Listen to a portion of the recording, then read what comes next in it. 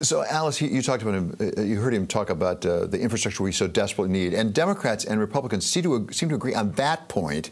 But how are we going to pay for this? Well, that's the problem. Clearly, we need to fix our infrastructure. I wish he'd started with that a year ago. It's a very important long-term investment in our productivity, and it's obvious to everybody that a lot of things need fixing. The problem is it adds to the debt, as does the big tax cut, and nobody's talking about how we pay for things in the long run.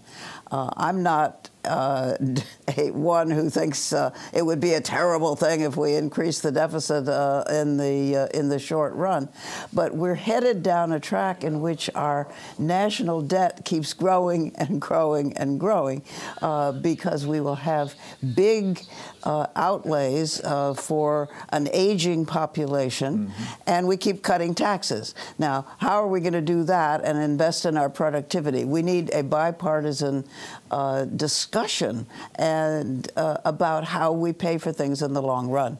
Alice, you understand the way budgets work maybe better than anyone else I could talk with. Is it realistic to get it on the cheap, the way the president seems to be saying? Maybe $200 billion we'll put forward from the federal government and the rest will come from state and local and private. Is that realistic, these private-public partnerships?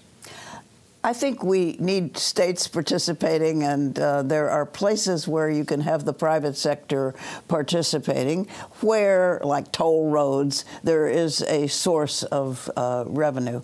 But basically, we need more public infrastructure, and the federal government has got to take the lead.